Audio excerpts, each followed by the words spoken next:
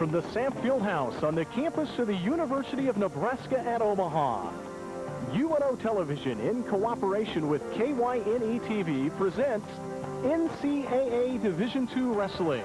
Tonight, the UNO Mavericks host the South Dakota State Jackrabbits. This broadcast is brought to you in part by Nebraskans for Public Television. Join over 33,000 viewers like you by becoming a contributing member today. South Dakota State's having a great year this year. They just come off winning the national dual meet, which we had won the year before, where 13 of the top ranked teams were in that meet, and they were able to win that dual meet championship. So I'm sure they're coming off of that with a lot of confidence, and as we did last year, you know, when we won it last year. But we're looking forward to it. This is a good rivalry. You know, Jason Lyles does a great job there, him and his staff, and they've got a good team again. And really, the last 3 years, it's kind of been us and them battling it out. I think it'll be a great match. There's a lot of interesting matchups, you know, potentially. I think that both teams are kind of unique, that they got some new faces in there that maybe aren't proven people yet, but have the potential ability to be go to a national level later on, either maybe not this year, but in the future. Hello, everyone. I'm Greg Shea, and welcome to College Wrestling on KYN-TV. It's going to be an exciting night. The University of Nebraska and Mavericks, the 7th-ranked team in Division II, host the South Dakota State Jackrabbits. They are the 3rd-ranked team of the nation. I'm joined tonight by 5-time All-American here at UNO. No stranger to the Sam Fieldhouse, R.J. Nebe. And R.J., welcome to the telecast. Thanks a lot, Greg. It's great to be back here to see great college wrestling again. Seems a little strange to say South Dakota State ranked 3rd, UNO ranked 7th. It's always been the other way around. UNO's always been the top-ranked team. That's right. Coach Lyles of South Dakota State has done a great job in the short amount of time that he's been there at bringing in some great wrestlers. In fact, tonight they have 7 wrestlers ranked in the top 5 in the nation. But UNO on the other side of the mat is going to be sending out 5 wrestlers ranked in the top in the nation. When I say 3rd and 7th, there's just a fine line between the two teams, and it's all going to get started at the 118-pound match for the University of Nebraska at Omaha. You got Mac LaRock against Chad Wickman, and then in the heavyweight division, if it comes down to that, you've got Corner for UNO, and you got Risdall for South Dakota State. We got some great matchups. That's right. Top to bottom. As a matter of fact, we got 3 matches tonight where those ranked wrestlers will match up. For UNO to come out with a victory here, I think either team to come out with a victory, the team that wins at least 2 of those 3 matchups. All righty, if you're new to college wrestling, we put together a piece prior to tonight's telecast that will help you understand some of the scoring. Take a look at this. In collegiate wrestling, team points are awarded as individual wrestlers win their matches. 16 points are awarded for a fall or pin. A wrestler must hold his opponent's shoulder blades on the mat for 1 second to achieve the pin. 16 points are also awarded if the other team forfeits a match. When one wrestler is awarded more points than his opponent, 3 points are given to his team for the decision. If the winning wrestler has 8 points more than his opponent, it is a major decision and 4 team points are awarded. Wrestlers score individual points by gaining an advantage over their opponent. Takedowns are worth 2 points. When a wrestler gets away from an opponent who had an advantage over him, he gets 1 for the escape. Reversing the advantage an opponent has by gaining the advantage over him is a reversal and worth 2 points. And a near fall or almost pinning the opponent is good for 2 or 3 points. If a wrestler is in control of the other wrestler for 1 minute longer than his opponent has control of him, riding time points can be awarded. The referee may give penalty points for various infractions. Individual matches cannot end in a tie. However, the team score can.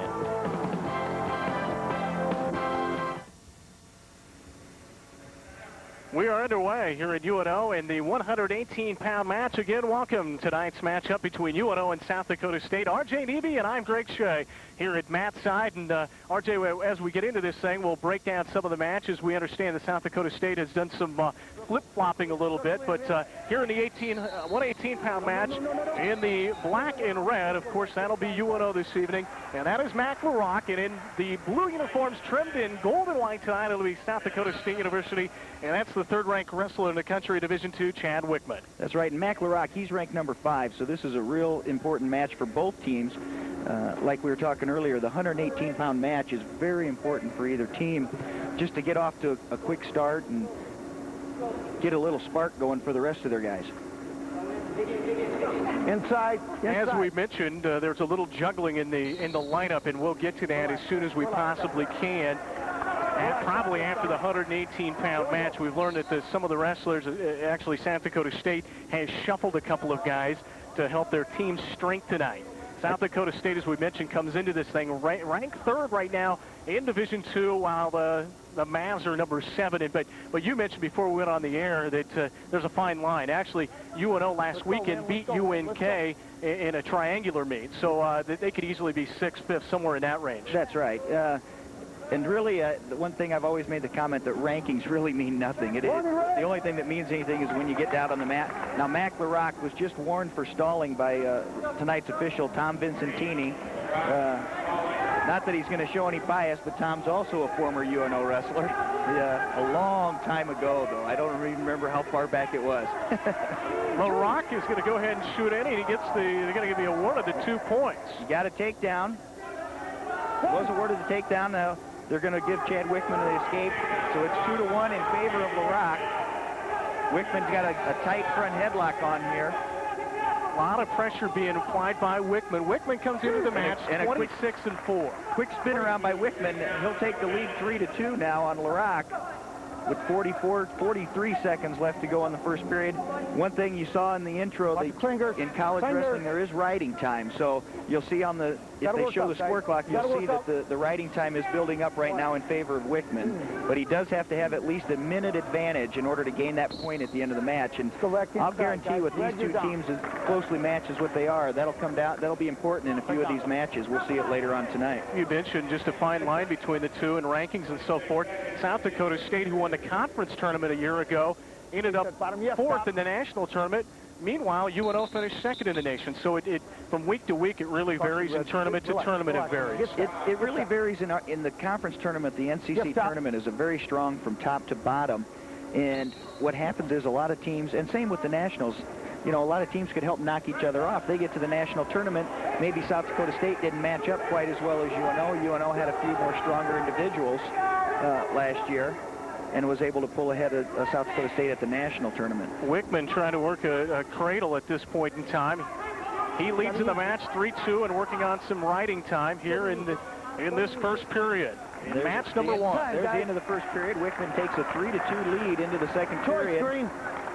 It looks like South Dakota State is going to have their choice in all, a little different here, in all the odd matches. They don't flip the coin anymore for a duel. And Wickman decided he deferred his choice to the third period. A wrestler can do that now. He'll defer his choice. LaRock decides to take the down position. So we go to period number 2 between these two ranked wrestlers, LaRock from UNO and Wickman from SDSU. Wickman on top. Wickman a year ago was actually just as a sophomore won the NCC title, finished 4th and actually 6th in the nation. So right. He's a returning All-American for them. Mac LaRock redshirted last year. He's just actually a freshman this year, but I know Coach Denny has some high expectations for him to go on and be an All-American at least. He is from Lawton, Oklahoma, 4-time place winner in the Oklahoma State tournament. Very impressive. He's a very solid wrestler. How did he get out of Oklahoma is what I want to know. Well, I tell you, I know as a matter of fact, I know how he got up here. One of our former wrestlers by the name of Bobby Thompson was coaching in Lawton and kind of guided him up here. Held his hand and drug him up here. Stalemate is the call, so LaRock will go back to the center. We're in the second period, just underway in case you've joined us. Good crowd congregating on hand here between these two ranked opponents. which should go right down to the last match tonight. There's an escape awarded for LaRock. That ties the match 3-3. However, Chad Wickman does have a minute and 30 of riding time advantage. Like I said, that in these close matches, that can be real important at the end, especially just in strategy on what a guy has to do those last 30 seconds, knowing that he's maybe down by a point in riding time. Only in the second period, and as RJ said, with the riding time, I guess you could make it 4-3, a case for 4-3 right now for Wickman. Both wrestlers on their feet here in the second period. We'll get a chance here in a moment. We'll try to give you some of the matchups for the rest of the dual meet. Like you said, Wickman, he's a junior. He's from Masonville, Iowa. His high school career, he was a state champion and placed third twice in the state of Iowa. That's just as impressive as doing it in Oklahoma like Mac LaRock did. He really likes to get after it. He is a non-stop wrestler, but I think most of the time at 118 pounds, you're going to see that anyhow. These guys, they're light and they're fast. A lot of activity, yeah. Especially the lower weights. Once we get to the higher weights, some jostling for position, but these two seem to be getting after it earlier. And then right there, LaRock showing he wasn't too happy about being pushed off the mat there at the tail end. Well, one thing that people might notice watching this tonight is that college wrestling does get pretty physical, sometimes a little bit more physical than the high school ranks. But what happens in these matches, these guys are so evenly ranked. Like I said, LaRock's a 4-time place winner in high school, and Wickman a 3-time place winner in high school. You know, when you get into the college ranks, every guy you wrestle is probably a state champion from somewhere or a multiple state champion. Well, you mentioned that, and I looked at LaRock when I was doing some of the prep work for this, and a guy that's behind him, which was a fantastic high school wrestler, is Renard Terrell from Omaha North, a kid that was outstanding in high school, but when he gets here at the college level, it's just a different story. And those guys have had some real battles in the room. I know LaRock and Renard wrestle quite a bit together every day, and Renard's done a real good job wrestling unattached in some of the open tournaments. He's having a very successful career here. Just hasn't cracked the starting lineup yet. He has wrestled a few times in the starting lineup when Mac was hurt this year. LaRock gets the legs in here against Wickman in the third period, so LaRock now will try to maybe cancel out some of that riding time that was acquired by Wickman in the early going of this match. And I think he probably will. That's one thing about Mac LaRock. He is a very tough rider, uses his legs a lot, as you can see from this position right here, doing a real good job of keeping Wickman's legs tied up. He might try to ride him out here, possibly try to turn him, if not send it into overtime right off the bat in our first match. He's got great pressure on Wickman. Wickman has no chance right now getting his legs underneath him. One thing LaRock has to be careful, though, he has been warned for stalling in the first period, so he's got to at least make an attempt to turn him here, because if referee Tom Vincentini feels that he's not working at top for a fall, he'll call him again, and then we got a penalty point. Then LaRock will be trailing 4-3. LaRock trying to reverse on the riding time. Tied 3-3, but Wickman had the advantage. He has erased the riding time now. It's down underneath a minute. So that's not going. It doesn't look like that's going to be a factor at this point. This would be a huge win for LaRock. It'll get his team going here in the early going at this 118-pound match. Coming up at 126, Jeff Nielsen against Nathan Godfrey. You got to, you know, according on paper with the rankings, this would be somewhat of an upset if LaRock did win. But like you said, the margin between these rankings is so slim that it's really hard to tell. And there's LaRock got a little high there, and Wickman was able to get the escape, came out the back door. Now we've got 36 seconds to see if anybody can take the other man down to win the match. See if LaRock will be the aggressor here, as you mentioned. Now with a 30 in on second. A single leg. Tries to switch to a double, and he's trying to come through the backside. And no points awarded yet. Still no points. Now Wickman's got a hold of his leg. LaRock's got to get around behind him in order to score. 10 seconds to go. No points scored. A great scramble. There's a warning against Wickman. That was a great scramble. Now for no one to come up with any points. And it looks like Wickman's going to hang on for the 4-3 victory. So Wickman wins it here in an exciting first match at 118 pounds. 4-3, the winner, Chad Wickman, ranked third in the nation. gets out in front here, so it's 3-0 in the team scoring with that win by Wickman. And we'll go to the 126-pound match for UNO. It'll be Jeff Nielsen. He's a junior, comes in at 17-15. He'll go up against Nathan Godfrey, also a junior, at 14-3. Thing about Nielsen, he spent 2 years prior to coming here with the Huskers down the road. Had a few matches in his freshman and sophomore years down at under Tim Newman. That's right. He's a great high school wrestler out of Crete, Nebraska. Wrestled for his dad, Doug Nielsen, down at Crete, and was a 2-time state champ. Placed 4 times in the Nebraska state tournament. But he's up against Nathan Godfrey, who also has quite a bit of experience under his belt. He's a junior, been around for a long time. Has lots of experience, like I said, but he's just finally getting some respect. Just finally got his first national ranking. He's ranked 5th right now. Nielsen, as we mentioned, and UNO will be in the red and black tonight. South Dakota State in the blue. Second match of the night. First match won by South Dakota State. They take the early lead in the team competition, 3-0 here. Both of these wrestlers are actually transfers from other universities. Like you said, Jeff Nielsen, a transfer from the University of Nebraska. Nathan Godfrey transferred over to South Dakota State from Mankato State, another NCC rival. I'm sure the coaches over there hated to see him go.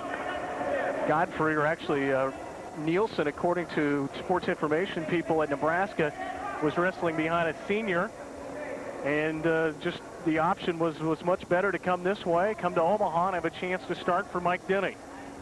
And he's done a nice job in doing so. Coming into tonight's match, as I mentioned, it's 17-15. Godfrey, on the other hand, I think I mentioned that he was a junior, but I believe he's actually a senior. He's a South Dakota product.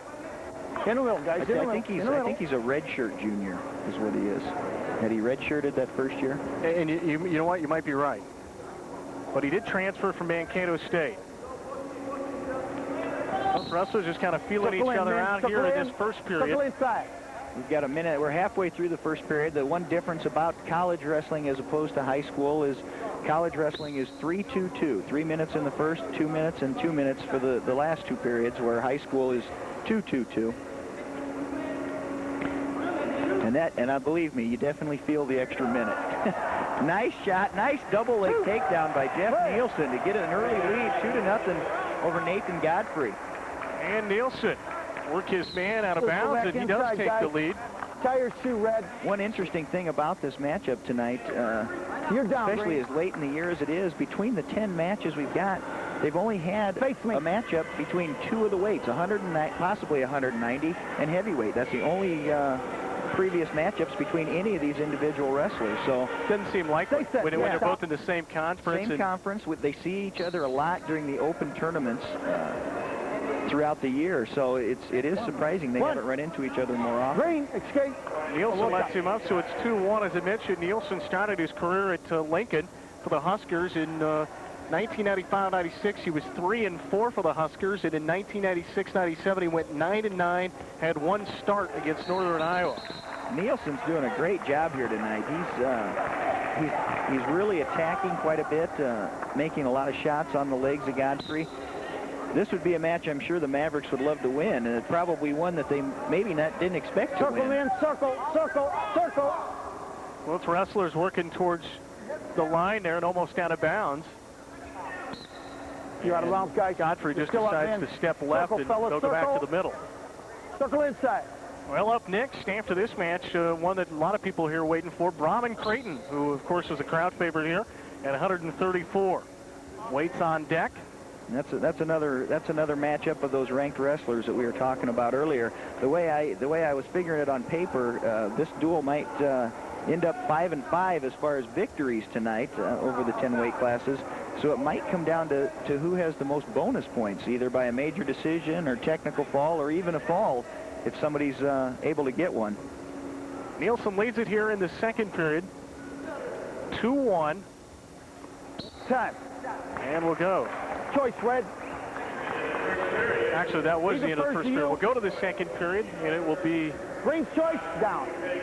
Godfrey chooses the down position. Nielsen wasn't able to ride him only for 12 seconds after he got his first takedown. So we'll see if he can try to keep him down a little bit longer here and build up a little advantage time. Godfrey right up in a quick stand-up. Spins around, tries to face Nielsen, but Nielsen in on the legs again. No points awarded there because Godfrey never actually broke free for the escape, so there's no change in points from that scramble. Good job of Nielsen, though, just to be able to switch off and take him right back down instead of giving up the escape. And we just saw the exact same thing again. I know a lot of times it might be a little confusing. It looks like he's getting another takedown, but unless Godfrey's able to break completely free and the official awards him 1 point escape, there's no points there. Nielsen doing a good job. Both wrestlers doing a good job here of staying aggressive, and Godfrey trying to get the escape. Nielsen just doing his best to hang on to him, and there's finally the escape. I knew it was just a matter of time. Sometimes you see in a match there'll be different types of technique and stuff, but these two almost seem spitting image of each other. Their style and stuff seems very similar. And you'll see that a lot in the weights, and you'll notice a difference in the styles as we get into the upper weights. The upper, you know, like we were saying, these light guys are a little bit quicker, a lot more leg attacks and shots, and the upper weights you see a little bit more of the upper body and the pummeling and the throwing, and so we'll point out some differences as we go throughout the night. 2-2 in the second period, a minute to 11 as you see. Left to go in the second period. We're in the 126-pound match. Godfrey in on a shot, but Nielsen trying to scoot around behind him. We got a minute to go. There's a lot of time left. Unless we end up in a stalemate, I imagine somebody's going to come out with some points out of this situation. Nielsen's probably there. He's open for the stalemate. He's got a hold. Yeah, he was in a little bit of trouble there. Godfrey was in pretty deep. There was a stalemate. Injury time. Injury clock on red. Nielsen holding his right knee. What do you got? Injury time for Nielsen.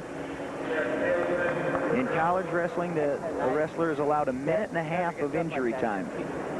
And that's cumulative throughout the match. You might explain, too, for somebody who's new to college wrestling and listen in, and we talk about guys who were, you know, they redshirted or what I guess, you can always redshirt in college, but what's interesting is you can compete when you're a redshirt. That's right. Which I think is interesting for people to understand. During the first part of the season, primarily the first semester, there's a lot of what they call open tournaments where anybody can wrestle in these tournaments unattached. They don't wear their team uniforms. They wear, you know, their own uniform, or who knows what they wear, but it allows those red shirts or the guys that aren't starting to get some mat experience at the college level.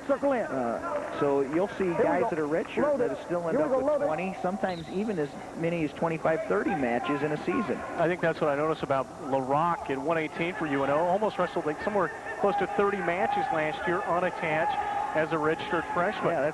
Yeah, there's a nice takedown by Nathan Godfrey. He'll take the lead 4-2 now. 4-2 here in the second period. Godfrey on top. Now, a takedown like that can be really important in this kind of match because of the fact that he got it right towards the end of the period. If he can ride out Nielsen here, he's going to have a big advantage going into the third period, holding a 2-point lead. 2 seconds to go, and that'll be the end of the second period. 2 points may not sound like a big lead, but at this level, 2 points is a punch going into the third period.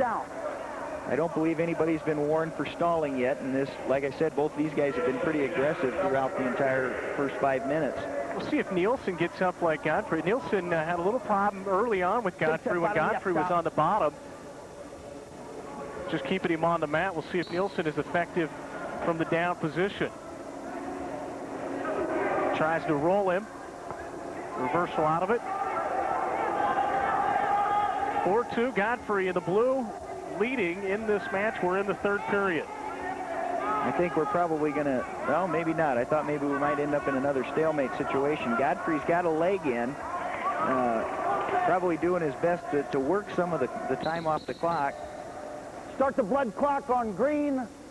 Now Godfrey's got a cut on his head. You heard the official say start the blood clock.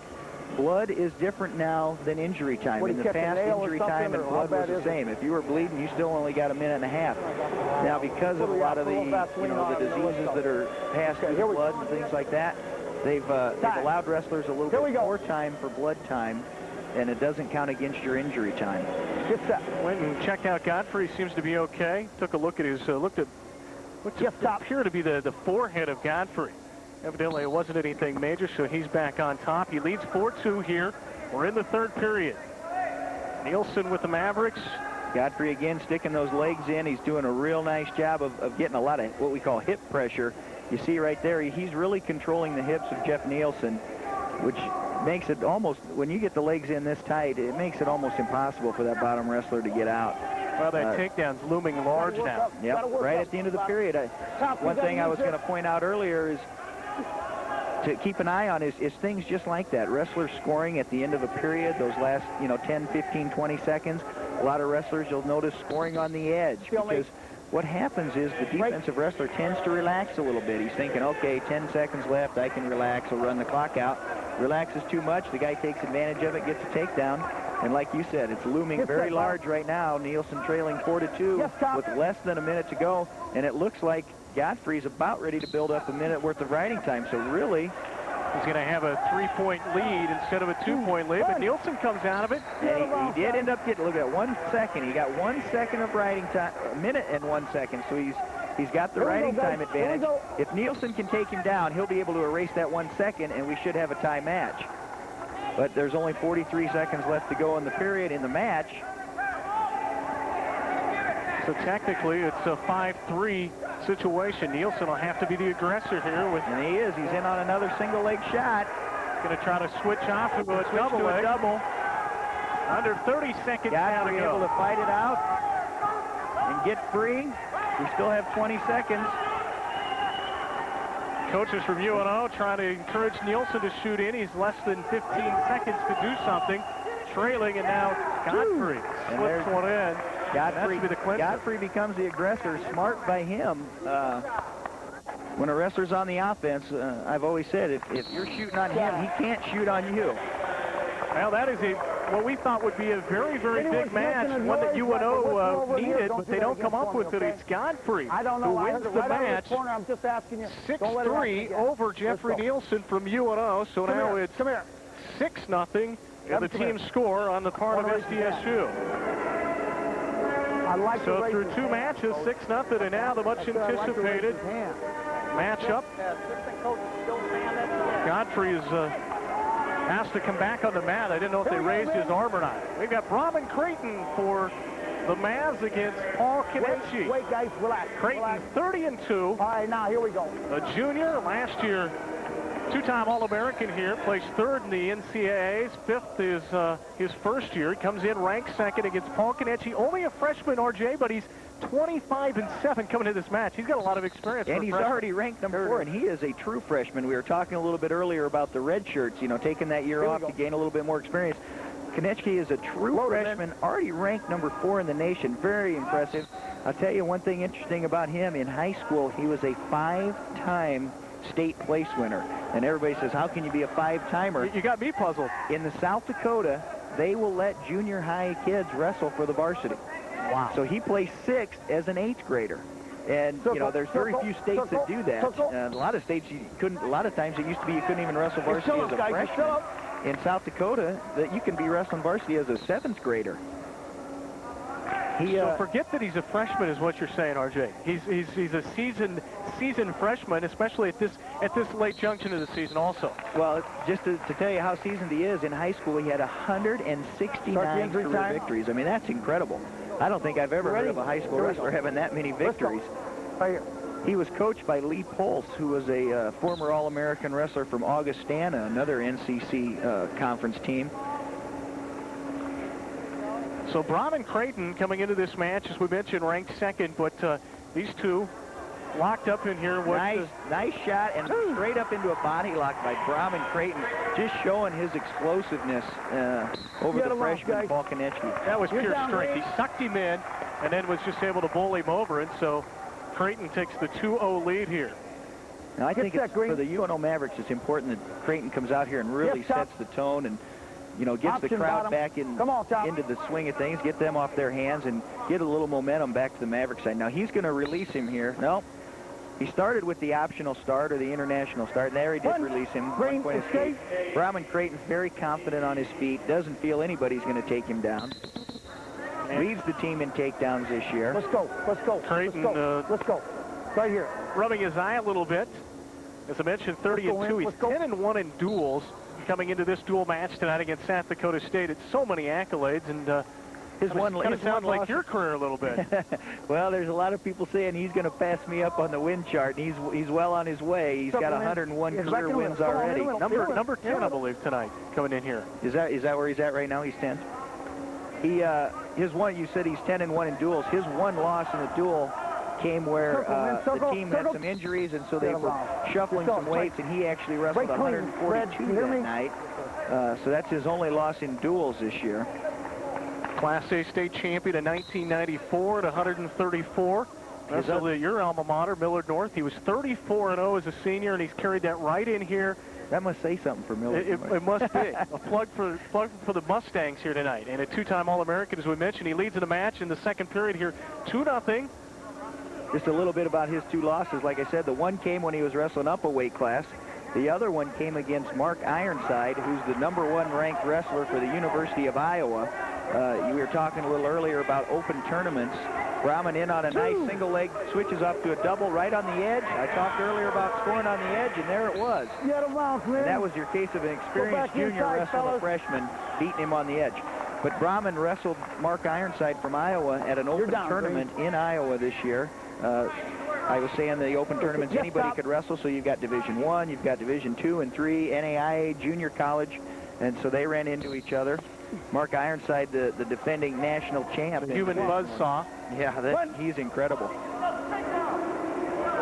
So he wrestled Ironside earlier. That says a lot right there. Wrestled him in the finals this year at the Northern Iowa Open back in December. 4-2 our score, but folks, it hasn't been that close. The 2 points, as RJ mentioned, Brahman feels a lot more comfortable wrestling on his feet here, and has let Kenichi up both times. In the second period, with only actually less than 30 seconds in the second period, Creighton leading 4-2, trying to go after his 31st win of the year here. He shoots in on a double. He's in on a deep double. Kenichi's in trouble. Creighton able to get another takedown in the last 20 seconds of the match. Like I said, those are the important ones when you get to this level. The guys that can score on the edge and the guys that can score right at the end of the period. Almost a near fall as Kenichi tried a Granby roll. Brahman able to stuff him on that. Almost rolled right into it is what he did.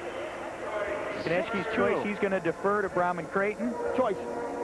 He defers to Red. Red wants neutral. He wants neutral. So that tells you exactly what Brahman Creighton needs. He's had his way with him standing up. So from the neutral position, leading 6-2, and both those points have come from Creighton just letting Kenichi up. As we mentioned, Kenichi just a freshman, and this could be a learning match for him here tonight. Wrestling Creighton, of course, you never know when they meet again in the NCC. In the middle. He definitely doesn't seem to be intimidated. I mean, he's coming out, he's being very aggressive. He's staying on the attack. Warning, Red, you're backing. And there's a warning actually against Brahman Creighton because Kenichi's staying on the attack. Creighton backing up. Circle. You're backing out. One thing, like I said, Kenichi's not intimidated, and obviously he must not be intimidated too much to have the record that he does and the national ranking that he does. Again, attacking that single leg, but a nice reshot by Brahman Creighton. And it's just showing his pure strength here a couple of times on the takedowns, and there he just sweeps that leg and is able to take him down. Once again, it's 8-2. I think we're seeing a little bit of overmatching in the strength and experience here in this match. Like I said, Kenichi, he's not giving up. He's still battling. Gets that bottom. Creighton has 4 takedowns already to lead 8-2, but he's only got 35 seconds of riding time. So didn't add too much to it there. Only 2 more seconds onto it. So now the score's 8-3 in favor of Creighton. Well, if you're Kenichi now, you're going to have to do something. Here we go, Win. Here we go. You almost have to think. How much down do you think about trying to throw somebody like Brahman Creighton? I don't know if it's even doable. I think at this point it'd be a little early to think about something like that. You know, unless you're a big-time thrower, you don't want to make a mistake and end up getting caught on your back and getting pinned. There's another takedown on the edge. You know, almost every takedown that Brahman's gotten, 3 out of 3 of them at least have been right on the edge. Right on the edge. And right at the end of the period. 9-3, under a minute to go, and Creighton on his way to going to 31-2, unless barring a miracle Kenichi here. Like I said, this is a match that UNO wanted a big win from him. I'm sure they'd like to get at least some bonus points, maybe a major decision out of him here. And right now he leads 9-3. He's up by 6. Another takedown would give him an 8-point lead for the major decision. And with 38 seconds, maybe Creighton has that in mind here. We'll see. Leading 10-4. Major decision would be very helpful after losing the first 2 matches and being down 6-0 here in the duel to South Dakota State. And again, Creighton right on the edge goes for the takedown. Let's go. I know back in my years, a lot of the coaches around the conference used to think that UNO would stall and actually wrestle on the edge and thought it was a tactic that we used too much. And I've always felt it was a good, smart offense because, like I said, the guys tend to relax on the edge. And we've seen that here in this match tonight. Well, in your mind, you think, okay, I'm just one step from being out of bounds. If I get in trouble, I can always go out of bounds. Nice double shot by Creighton. 10 seconds to try and finish. Kenichi just trying to hang on. And if he can hang on, he'll avoid a major decision. And he does get 2 points right at the end of the period. Again, another... And there's some discrepancy whether or not he's going to get the 2. They've awarded it to him on the scoreboard. It is. It's a major, so it'll be 4 points. Coaches from both sides arguing in favor of their wrestler. Let's go. Miles asking yes, Coach. the referee to come on over to the scorer's table If here. I need assistance, I'll come over to the table and I'll ask for it. When the towel came in to hit me, time was out. Okay, As you can tell, we've got Vincentini mic'd here tonight for a little extra color in this match. Unless I need to ask, okay? Okay. Yeah, their choice. Thank you. Let's go to work. Come on, let's go. Red choice. A little debate over whether or not the time was out. I think Coach Lyles from South Dakota State thought time was out before Brahman Creighton got the takedown, but I kind of tend to agree with the call there by the official. It looked like Creighton did have control with about 2 seconds left. So into the third period, Creighton leading 12-4. At this point, he would have a major decision at 4 points. It's Kenichi's choice here in the third period, and he's taken a different approach. He's taken the top position. Apparently, he must feel he might be able to get some offense going from the top position, possibly work for some near fall or even a fall. But with a wrestler of Brahman Creighton's caliber, I think he's going to have a little bit more trouble than what he thinks. Creighton leading 12-4 and underway here in the third period. 12-4 at this point would give him, as I said, a major decision of 4 points in the team situation. There he works to his feet. They go out of bounds, no score. We're going to go back to the middle. Creighton still leading 12-4. Riding time probably won't be a factor in this match unless, well, it could be a factor if Kenichi was able to ride Creighton out the rest of this period. He'd he'd end up getting a point for riding time. Still lose the match, but he'd erase that major decision. Which, when this is all said and done, could be a big point. Almost has to think at this point team and as opposed to individual, unless he thinks he can turn Creighton over here in this third period. One thing I have noticed tonight, there's an escape for Creighton. They'll take a 13-4 lead now, and he's yet to give up a takedown to Kenichi in this match. Red, you're backing out of bounds. Now there's another stalling call against Brahman Creighton. 1 point in favor of Kenichi. So now we're back to just an 8-point match. Stalling calls could become a factor. Like I said earlier, Creighton was warned. The wrestler's warned first for stalling. The next call is a 1 point. There's a takedown for Creighton. The next call for stalling is 1 point. The second one is 1 point, and the third one is a 2-pointer, 2-point penalty. Anything after that is match disqualification. Back inside, man. I don't think with 1:09 to go we're going to see anything like that, but just to let the fans know how that works. Kenichi will go to the bottom here. Yes, 69 seconds to go in the third period, and it's Creighton in command, 15-5 here. As RJ mentioned, a lot of his takedowns have come on the edge of the mat here. Most of the action has been on the edge between these two. Creighton's been called twice for stalling and backing up, and again on the edge, and now they'll go back to the center. Circle men, circle inside. If you're looking ahead to 142, it'll be Boyce Voorhees, ranked 5th in the nation, against what we think is going to be Kurt Brown, and we say that because there's some question of whether or not it'll be Brown or Brady. We're hoping we're going to get a little help from the coaches here so we know who's out there on the map, but we'll do our best for the fans. RJ's been working his allies here to help us out, so somebody will tell us. Creighton, 38 seconds, leading 15-6 here. He's got a 9-point lead right now, but again, he has been called for stalling, so he does have to stay on the attack to avoid getting called for stalling again. Nice fireman's carry by Creighton, and possible near fall here. Creighton going for the pin. He is going to get 2-point near fall, the first near fall we've seen tonight in any matches. Knecht doing a good job of bridging and sliding all the way out of bounds.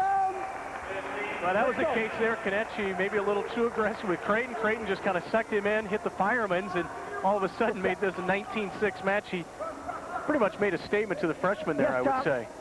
Yeah, like you said, I think it was a little, just a case of Knecht getting a little over-aggressive, probably thinking that Creighton wasn't going to shoot, holding on to a 9-point lead, but Creighton felt him pushing a little hard and took advantage of it.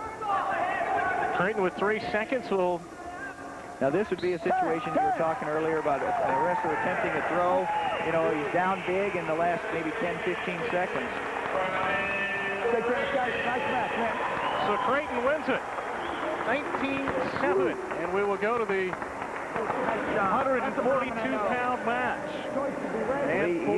He did win by major decision, so that makes the team score now 4-6, still in favor of South Dakota State, the number 3 ranked Jackrabbits. We go to a replay from the first period of that match real quickly to show you where Brown and Creighton took control very early as we get set for this 142-pound match.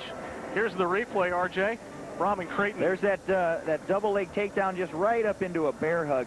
Like we said, just showing the power of Brown and Creighton there. So Creighton wins at 19-7. We'll move on to 142 pounds. For the Mavericks, number 5 in the nation, Boyce Voorhees. Sophomore comes in with a record of 16-5. Here we go. Up against Kurt Brown. Load it, fellas. At 16-21. So it is Brown. We weren't sure there for a little bit before the match, but it will be Brown against Voorhees. Voorhees, he's another red shirt. He's a sophomore for the Mavericks. A lot of us give him a hard time because he's been around. It seems like he's been around here forever. Came down here his first year, and his father passed away, so he ended up going home that year and left early. So that year didn't actually count against his eligibility. Came back the next year, red-shirted. Then wrestled last year to a 17-9 record. Ended up making the Amateur Wrestling News Magazine all-rookie team for all classes, Division 1, 2, or 3. So very talented sophomore with a lot of experience, even though he's just a sophomore. You're out. And this is the case you asked how the Mavericks lured LaRock out of Oklahoma. You probably wonder how get out of South Dakota. How Boyce Voorhees got out of Sturgis, South Dakota. And I don't think he came down on a Harley. I don't think. Well, you never know. From up around Sturgis and Deadwood, Voorhees. This is a match that UNO, for all intents and purposes, they will get here at this 142 pounds. Yeah, Kurt Brown, one of the few wrestlers on South Dakota State team that has a losing record this year, but has wrestled a lot of matches, so he has got some experience as a freshman this year. Already wrestled 36 matches. 3. As you mentioned, Voorhees, a 2-time state champion from Sturgis. You're out of bounds, man. You're People down, don't think of wrestling when they think of Sturgis, I don't think. At least not the first thing that comes to mind when they think of Sturgis. Get set, bottom. Anybody that knows the Voorhees family probably thinks wrestling, because he had a brother that was a college wrestler as well at the University of Wyoming that had a successful career out there. So they are a wrestling family. Voorhees leads it. We're in the first period at the 142 match now. It's actually Voorhees who looks like he's going to get up a little bit gingerly here. What happened? Was holding his left knee, which has actually got a... Yeah, he just had knee surgery back in December over the Christmas break, so I'm sure that knee's still probably a little bit tender and maybe not even fully healed. He's battled quite a few injuries in his career here, and that's a little bit one of the reasons why his record this year isn't as large as some of the other wrestlers on UNO, just because he's had to sit out quite a few matches. Yes, stop. I'd like to welcome wrestling fans in South Dakota tonight as well, RJ. They're watching in on Brookings Cablevision, channel 48, so we welcome the viewers up there. Well, I'll do my best not to be too biased against them then.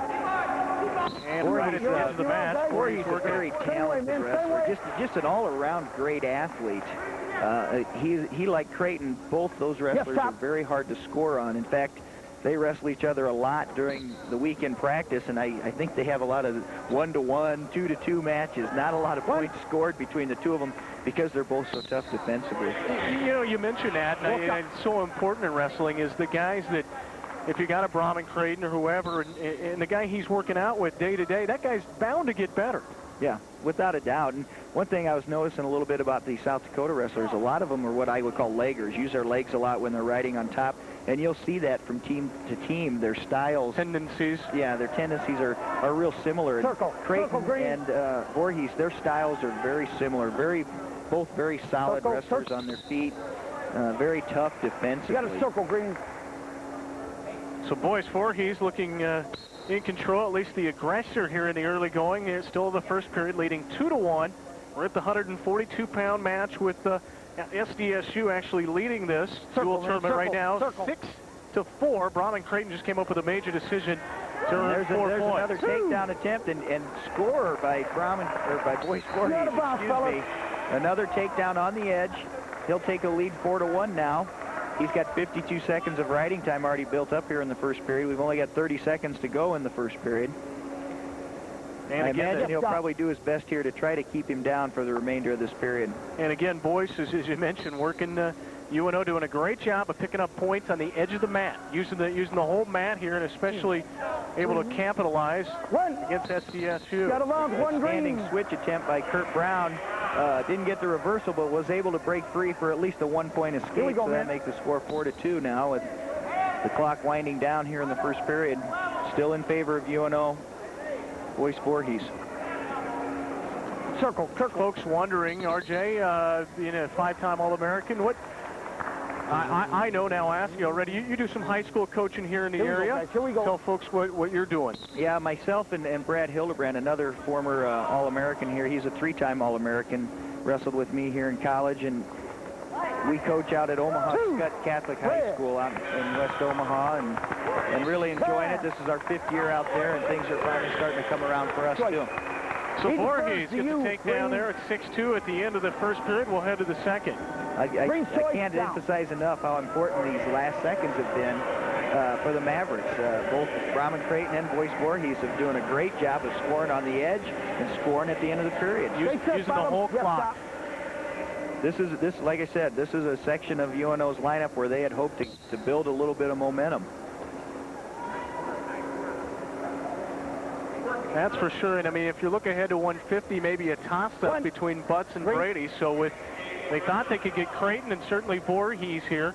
Another key match for UNO. Both teams come in highly ranked. SDSU ranked 3rd of the nation, coming off a NCC championship last year, with the Mavericks placing 2nd. But then in the national tournament, it was the Mavericks just missing another national champion. They finished 2nd, while SDSU had a fine tournament. They finished 4th in the nation. Well, you can't say enough about what the Jackrabbits have done under Riles since he's been there. He's really elevated that program. That's right. Coach Lyles, he's been there. This is his 5th year, and like I was saying earlier, I think it's probably to the point now where he's actually getting the athletes that he recruited into the starting lineup. A nice little shrug or throw by Boyce Voorhees for an easy 2-point takedown. Coach Lyles, like I said, in his 5th year, finally getting the athletes that he's actually recruited, not any of the holdovers from the previous coaching staff. And that makes a difference because he's probably looking for guys that wrestle his style of wrestling. Riles, before he came to SDSU, was at Northern Montana. He won 2 NAIA national championships there, and so he's got a good history behind him. And in fact, his last 4 years at Northern Montana, he had 2 national championships and 2 runners-up sandwiched those 2 national championships. So he was a very impressive career there. He's been around all over, actually. Actually came from Ohio. He was an assistant at Miami University of Ohio and was also a head coach in high school in Ohio. So he's got a lot of experience. You look at him, you wouldn't think he's old enough to have that many years experience, but he's doing a real nice job at South Dakota State. You got it wrong, guys. Boys, Voorhees just kind of pushes his opponent off to the side with 37 seconds to go here in the second period. And with a 10-4 lead here in the 142-pound match. Yes, top. Voorhees, a sophomore, came into the match at 16-5. He's 6-3 in duels this season. Yeah, like I said, most of the UNO wrestlers have upwards of over 30 matches, and because of his injuries, Boyce is just right around the 20 mark. But I know he's starting to feel quite a bit better now, and probably starting to get a little bit of his wind back as well. He's been back in the lineup now for a little bit over a month. So here we are again on the edge of the mat. We'll see if Voorhees decides to step back, and they do. They push him back. UNO's been so effective here tonight, using all the mat and scoring on the edge of the mat. Only 8 seconds left to go here in this second period, and Voorhees will carry the lead into the third period at this 142-pound match. It'll be his choice as well, I imagine. Not so hard, buddy. The UNO coaches, I guess, signal him to take the top position, or the neutral position. You want neutral? And I think that just goes back to what I was saying. These South Dakota State guys have been doing a good job of riding, and apparently the UNO coaches feel they'd rather wrestle on their feet, especially since Voorhees has already got a minute 37 of riding time built up. So he's actually leading by 6 with the riding time, so another takedown would give him the major decision if he was able to hold on to it. Circle. Here we go, again on the edge of the mat. Let's see if Voorhees can do something. Guys. Or will be a Kurt Brown. We'll go back to the center. Into the third period. Good crowd on hand here tonight at the field house, watching these two ranked opponents. Of course, you get late in the season here.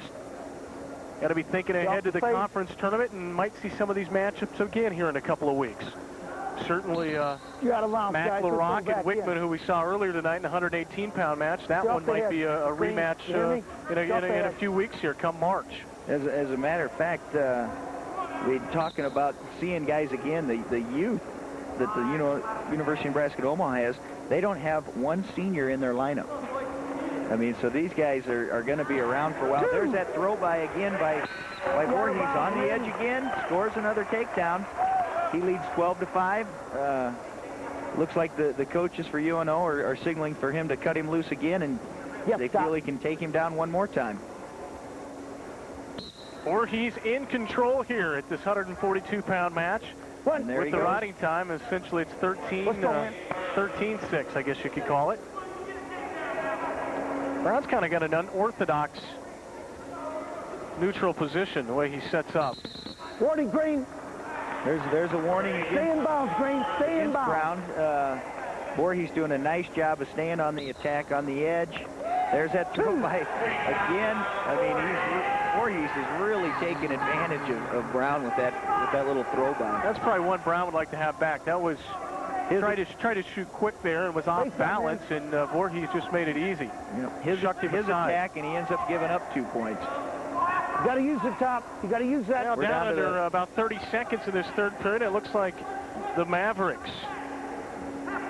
should end up with another major decision here, and unless something drastic happens here in the last 20 seconds, and that'll give them another 4-point major decision with Creighton. Something we haven't really even mentioned, RJ, is the fact that SDSU wrestled last night in Minnesota. They were against Southwest, which is in Marshall, Minnesota. They juggled the lineup a little bit. As a matter of fact, we were talking about Wickman, a third-ranked wrestler in Division II. He didn't wrestle in that duel last night, but some of these guys did that are in the lineup tonight. So you might have some guys with a little bit of tired, a little bit of fatigue. You got to bounce, break. You're both up, man. And down to 6 seconds. Go ahead and release Kurt Brown, knowing the 1-point escape isn't going to make a difference, isn't going to cost him the major decision. And that ought to do it. It will. Voorhees is going to get the major decision, winning the match, and that makes it 8-6 in favor of the Mavericks. So just like that, RJ, with 2 major decisions, the Mavs are back in front here in this dual match. And we'll take a look at what's happened, I believe, through the first 4 matches as we go back and kind of give you just a Okay, here we go, man. a review here in just a moment. Or are we moving on to the 150? Like I said earlier, it could come down to 5 wins apiece, and whoever ends up with the most bonus points could win this duel. It's already 2-2, but UNO has had the edge in bonus points with 2 major decisions by Brahman Creighton and Boyce Voorhees. At 150 in the red and black, it's Michael Butz, a freshman for the Mavs. He's 13-3 coming into this match.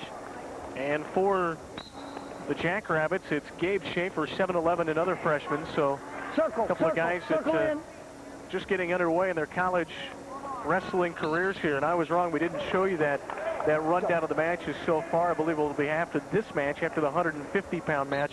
We'll give you that graphic that'll show you what's happened through the first 5 matches. Both these guys, like you said, freshmen, straight out of high school, but both very experienced as well. Michael Butz from Carthage, Missouri, was a 3-time state place winner down there, was a state champion as a senior, finishing 41-0 that year. Wrestled under Jeff Sill, who's a former national champion for the University of Nebraska at Omaha. And nice double leg takedown by Michael Butz. Well, you'd have to agree. This is one of those pivotal matches right here on paper. I guess nobody really knew. Yeah, we talked a lot earlier about those ranked wrestlers matching up, but this one's just as important. You got 2 freshmen. This is definitely a toss-up match. Could go either way, but Michael Butz has been very impressive this year. He's kind of got a wild style. Once in a while he makes some moves that you don't know where he's going, but he ends up coming out on top. But he's done real well for the Mavericks this year. He's, like you said, wrestled to a 13-13 record.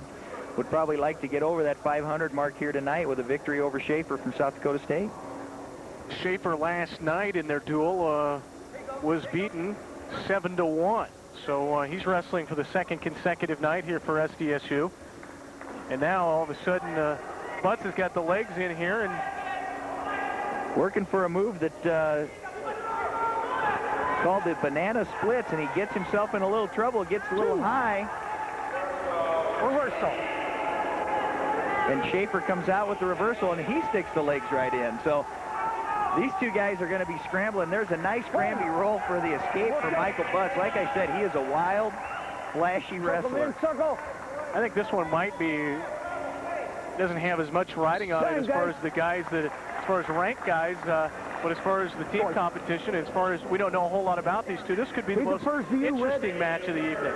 Certainly their styles is showing that so far. Not afraid to go after each other. He defers it to Michael Butz. Michael's going to take the down position. Was able to get an escape fairly quickly there when Schaefer got the reversal on him, so they feel he'll be able to get another one. Butz is one of those guys, just a freshman here. And Mike Denny's going to have quite a squad next year coming back. He's also got a few guys in red shirt right now that will be back in the starting lineup. Chris Blair, for example, at 150 pounds, is a 2-time All-American that redshirted this year. Also had knee surgery over the Christmas break, but they decided it'd be a good year for him to take off and get a little bit more experience, get a little more seasoned, and come back and hopefully make a run for the national title. You can really kind of, I don't want to say stack your team, but certainly strategically with the red shirt, can really piece your team together for future years by using that. Yeah, you really can. And one thing that Coach Denny's been really taking advantage of in the last couple years is the junior college ranks. So you'll see a lot of the wrestlers, we'll start getting into them in the upper weights. A lot of these wrestlers he's recruited from the junior college ranks. And he uses that when he has an opening where they really don't have anybody, and he needs to bring somebody in that they can fill in and get in the starting lineup right away and be very competitive. You know, sometimes a kid straight out of high school can't handle the college level without a few years under his belt, but you get one of these junior college guys, and they've already been in the college ranks. So, which has been proven in other sports as well, going to the junior college rank. Butz is going to go to the legs again. He wasn't successful the first time. He got a little bit high. We'll see if he can be a little more effective against Schaefer. Both these guys have tried that from the top position here in the second period. And this is the exact same position he got himself into a little trouble before. official Tom Vincentini calls a stalemate. Tom Vincentini, you know, I was giving him a hard time today. I saw him at a high school tournament. I said, I hope he's not a little fatigued out here, you know, maybe lose a step. Make sure he's got his A game with him. He didn't leave that at the other meet. He does.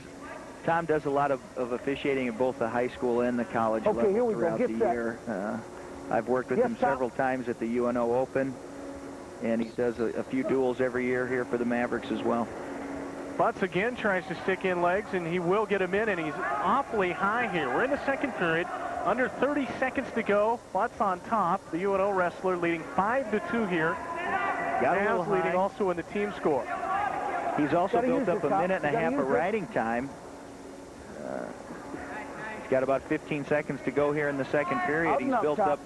He's going to build up close to 2 minutes of riding time.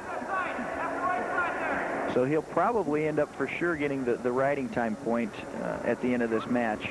And if you're the Mavs, this is one that on paper you wanted to make sure you could get, or at least had a chance of getting. They knew there were some matches early, the pivotal matches with, of course, Nielsen and LaRock. They ended up losing those, and they hoped in the middleweights they could come up with some wins. They've done so thus far. End of the third period. Both wrestlers start for the neutral position here in the third. This, like you said, this is a match that was probably considered a toss-up coming in. I'm sure both coaches were very confident that their wrestler was going to win, but deep down inside, you don't know what's going to happen in a match like this.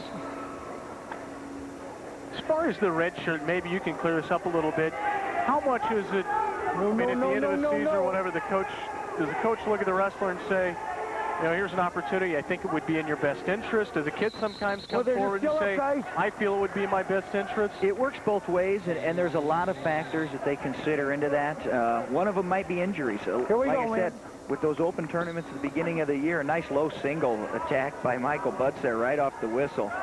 If he can finish it here, it'll be a big takedown for him. We'll try to switch.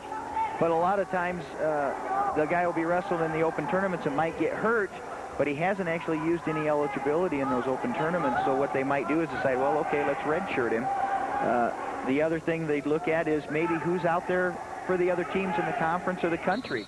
You know, maybe it's best if we redshirt a year and let the weight class clear out a little bit, and then you can come back the next year and hopefully win the national title. So I'm not saying that it's necessarily ducking anybody, but it's being strategic in your coaching.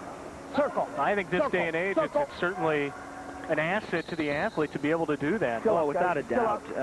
And especially in the college level, because you can wrestle in all those open tournaments, it's just give you an extra year of experience. Under a minute to go here in this match between Michael Butz at 150 against Gabe Schaefer, both freshmen. And it is Butz from UNO leading in the match 5-2. He's also got some riding time, so he can add to that total that he's got right now. But Schaefer not giving up here late in this third period whatsoever for the Jackrabbits. South Dakota State ranked number 3, but they are just coming off winning the NCAA Division II Showdown duels, what we call the national duels of the Division II level. They won those a couple weeks ago in Edmond, Oklahoma, defeating Central Oklahoma University in the finals, who's predominantly one of the Division II powers over the last 6 or 8 years. Michael Butz trying that same little throw-by that Boyce Voorhees had so much success with. Clean on the whistle. I think he needs to get a couple more years like Boyce has got in order to be real successful with it.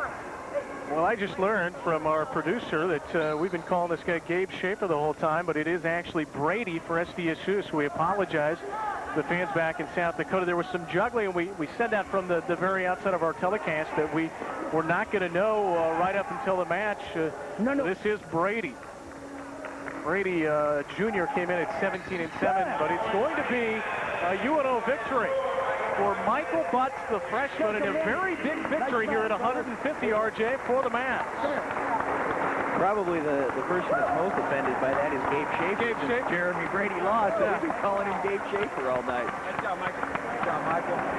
Well, through our 5 matches, we'll take a look at a graphic here that will show us kind of just a review of what happened so far through the 5 matches.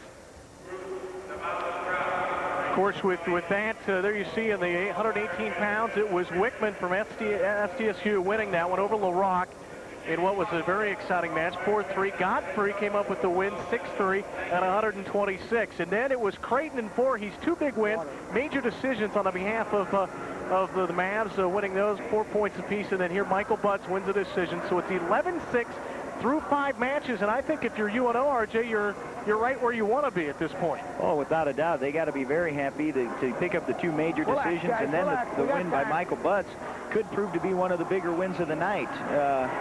But once again, we're getting up in the upper weights here, and this is where I think we might even possibly see a fall by one team or another. Like I said, you get in these upper weights, and you see a little bit more falls than we do in those lower weights. But at this level of wrestling, you don't see as many falls because both of these guys, like I said, are very experienced wrestlers at every weight. So for UNO, it's Albert Harold, a junior. He's 20-12. And for South Dakota State, it's Aaron Altoff. He is 10-12.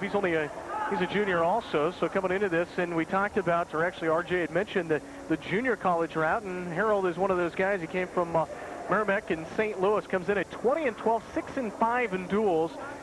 Again, this match against Altoff. Yeah, Albert Harold, he's a junior college 2-time All-American, placing 3rd and 8th in the junior college nationals. So he is one of these wrestlers that Coach Denny went out and recruited to fill in a spot where they needed somebody. He's in deep on a double leg takedown, trying to finish it, and possibly he locks it up on a cradle, and hopefully looking for a few more points here with a possible near fall. And the crowd starting to react here. Harold trying to turn his opponent onto his back. I don't know if he's going to be able to weigh that. It's a little high. Yeah, he was a little high, so he's having a hard time actually turning him. Altoff's got that arm loose, but he is getting a near fall. He is really rich in the neck. Nonetheless, he's working points. He's still got him towards his back. He might get the fall after all. He got the 5 count. He will get a 3-point near fall. In the first minute and a half, Albert Harold jumps out to a 5-0 lead. Great start by Harold and the Mavs here at 158, trying to set the tone for the heavier weights here are the Mavs. And again, Harold showing that brute strength by just picking up Altoff from the down position. This is another one of those junior college wrestlers that the Maverick coaching staff has a lot of high expectations for. He came in here as a pretty highly touted junior college wrestler, and they figured he could step right in, and he's doing it. He's already got 20 wins this year for the Mavericks, and again, he's got a little more experience in sending some kid out there that's straight out of high school. I'm not trying to say that's bad because Michael Butz just came straight out of high school and got a big win for the Mavericks. But well, Albert Harold taking the junior college route. There's a nice single leg attack by Aaron Altoff to get the takedown. With the escape, he now trails 5-3 to Albert Harold. Altoff comes in, as I mentioned, he actually wrestled last night and won against Marshall over a kid by the name of Tim Fink, 7-3. As a sophomore, he was 8-11 and 13-16 as a freshman. So he's had quite a few starts for SDSU. Comes in here and yes, top. Maybe doesn't show the power, the charisma on the mat that Harold has shown so far, but certainly has had the mat experience. Well, he got himself a little trouble early, so now he's going to have to really battle back. Harold's got a hold of his right wrist right now, trying to suck him in. He's doing a nice job of riding Harold here, but Harold getting his hips free and might end up getting the 1-point escape. Lost control, run. He does get the escape. The official felt there was a loss of control. Let's go, man. Albert Harold gets a 1-point escape. He leads now 6-3 going into the second period. He's to you. Riding time not a factor yet. Altoff was a 3-time place winner in high school as well. He's also a Regent Scholar in mechanical engineering, so a good student as well as an athlete. Always like to hear that. So Harold will lead it going into the second period, 6-3. Both are juniors. Harold with an impressive 20-12 mark thus far in the 97-98 season. Aaron Altoff's choice here. He took the down position to start off the second period, feeling he can escape Albert Harold. Harold doing a good job of staying tough and working the wrist real well. Got to use it. Got to use it. Wrist control. You hear the official Tom Vincentini telling him he's got to use it, though. If he just hangs on those wrists, he's going to get warned for stalling. He decides to let him go. Feels he'd rather wrestle him on his feet. All of a sudden, RJ, this one's tightened up a little bit. Althoff, after that first period, is settling in a little bit against Harold here. Yeah, a quick 5-point lead, but Althoff's starting to battle back now. Riding time not yet a factor here. Nice job by low Harold. single attempt by Harold, but a quick kick out by Aaron Althoff to avoid the takedown. Minute to go in the second period. We're halfway through the match. Albert Harold leading 6-4. Another single attempt by Althoff. He's done a nice job with the last time he shot in on this. Althoff tries to suck in that single and one. From this position, if he wants to finish here, he really probably needs to either cut off to a double or turn that corner a little better on the single. We got a stalemate. We're going to start back up with no points. Here we go. Hey, I don't think he had any chance there unless he did switch to a double. So at 42 seconds, right here, man, right here. Harold leads it 6-4. We're in the second period. This is one of those matches, again, where it could go either way. UNO certainly with Harold in this 20-12 mark. Figured it to maybe get a win here. But Althoff is showing that he's not going to go away all too easy. He wrestled last night in a duel, won, and comes right back here again on a Saturday night. Guys are used to that. I know I mentioned it a couple times, but when you get into a tournament, you wrestle 3-4 matches. So, and at this point in the season, that shouldn't make much of a difference at all. Well, you wouldn't think so, but you never know. If a guy's been injured a little bit, his conditioning might not be what it should be. And, of course, it also depends on the individual's work ethic. What he's put into it to this point in the season, certainly. Albert Harold taking an injury timeout here. With 23 seconds to go in the second period, he still holds a 6-4 advantage. He's only got 51 seconds of riding time. Let me know when he's used a minute. You might explain, too, to people, here's an injury timeout, but as a wrestler, you could also just take a timeout. It's not, I don't know if it's necessarily ethical, but you can take it. As a matter of fact, this year in the NCAA, they have started a rule that unethical just to take a timeout. And the unfortunate thing was they came up with that rule that they wanted to make it what they call unethical timeout. And the problem was they didn't really come up with any kind of penalty for it. They didn't really put any teeth to the rule. So, you know, it's just supposed to say, yeah, that's unethical, but there's no penalty for it. There's no penalty for it. I wish they would come up with it. Unfortunately, it's purely a judgment by the official. I mean, how can you actually tell if a guy's hurt or not? Right. I mean, a lot of times you can tell, isn't it? I mean, I've worked a lot of NCAA matches, and you really can tell that a guy's not injured. He's just trying to take a breather. And taking another breather. But, you know, how can you enforce that? So it makes it very difficult. There you go, RJ. We'll go to the third between these two. And Harold, who was the aggressor, came out storming in the first period. And this thing's kind of even up a little bit. Come on, real quick. And they're going to... Spit it and let's go. Spit it and let's go. Run off to the side of the mat here. He leads at 6-4. Heading into the third period here. There's a look at Coach Denny standing there with Albert Harold. Coach Denny in his 19th year here.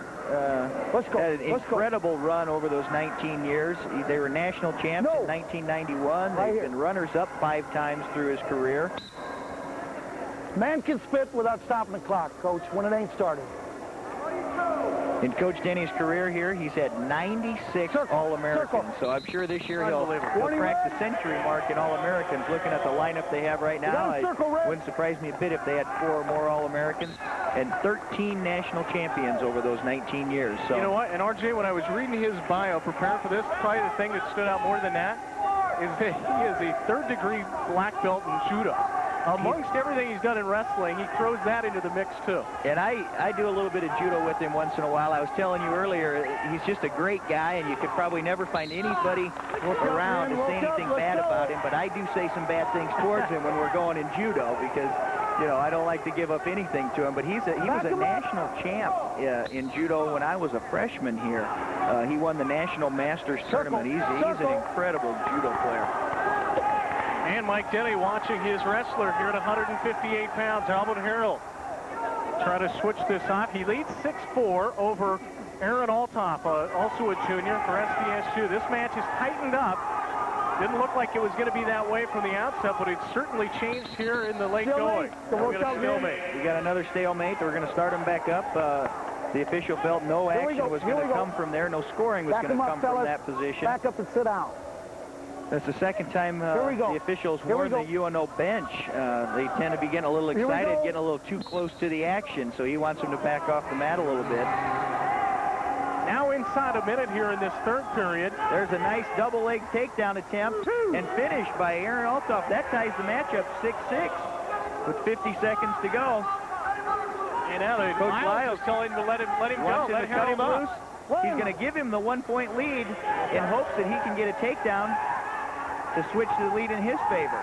Instead of getting off the mat, Harold just kind of shot from his knees there, and right now just working on a single leg. He's going to have to switch to a double leg, and he does. By Albert Harold. It looked like he was in a little bit of trouble there and ended up turning the corner on Althoff and ends up with the takedown. He now leads 9-6 with the escape that Althoff gave him and the takedown. Harold trying to go for some back points here. He's looking for a quick tilt in the last 10 seconds of the match. Boy, when he shot from his knees, I didn't know if he was going to be able to finish it, but he did. He showed a lot of heart. Now he hasn't finished him yet here. 5 seconds to go. Harold just holding on for dear life. He leads at 9-6 here at 158 pounds, and that's good. Harold's going to get the win. That'll get the crowd on their feet here. And what was a very, very exciting match, RJ. Went right down to the wire. Well, that was another one of those matches. Both the 150 and 158 matches.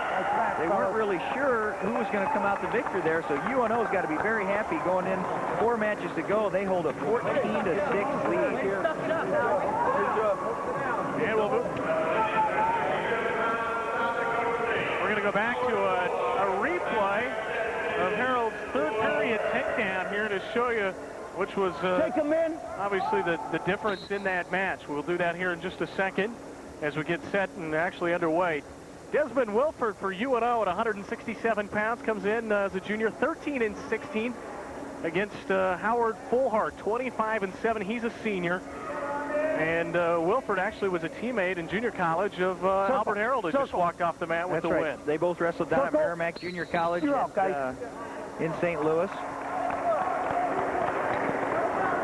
Albert Harold, who wrestled at 158, actually in high school wrestled for one of my high school nemesis by the name of Charlie Sheritz, who wrestled for Columbus High School in Nebraska and coaching now down in St. Louis, and Albert wrestled for him down there.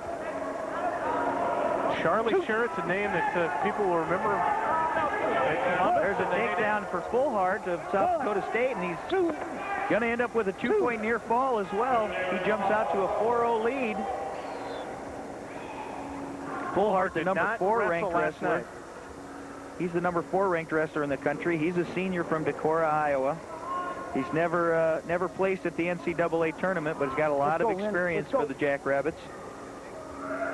He actually had a great sophomore season where he went 28-13 and finished second in the conference. Last year he was 16-13. Top man, you got to use that. Right now you can tell he's got that experience in the conference working here against Desmond Wilford. Fullhart actually started out most of the year at 177 pounds, but dropped down to 167 when Pat Tim, who we'll see a little later, dropped down to 177. So in order to make their team a little bit tougher, Fullhart made the cut down to 167. There's been a lot of talk in the news lately about the weight cutting in wrestling, and the NCAA has taken some really drastic measures this year and changed the rule right in the middle of the season on the weigh-ins. Got what, an 8-pound allowance now that a wrestler can take? 7-pound allowance. 7 pounds. 7-pound allowance, but they have to weigh in 2 hours before they compete. So these guys actually weighed in tonight at 5 o'clock, where in the past they might have weighed in either last night or early this morning. And the intention of that is to keep the wrestlers from cutting so much weight so drastically, thinking that they can, recover over 12 hours or, 13 hours. And I think that's probably a really good idea. I think that the 7-pound allowance was just because of the fact that they instituted that rule in the middle of the season. There's a good look at Coach Jason Lyles from South Dakota State. But they instituted that rule this year in the middle, so they had to kind of give the guys a break. They can't just make up a rule halfway through, so they gave them a 7-pound allowance. I wouldn't be surprised if next year they probably went back to the original weights without the allowance anymore, and everybody still has to weigh in 2 hours before competition.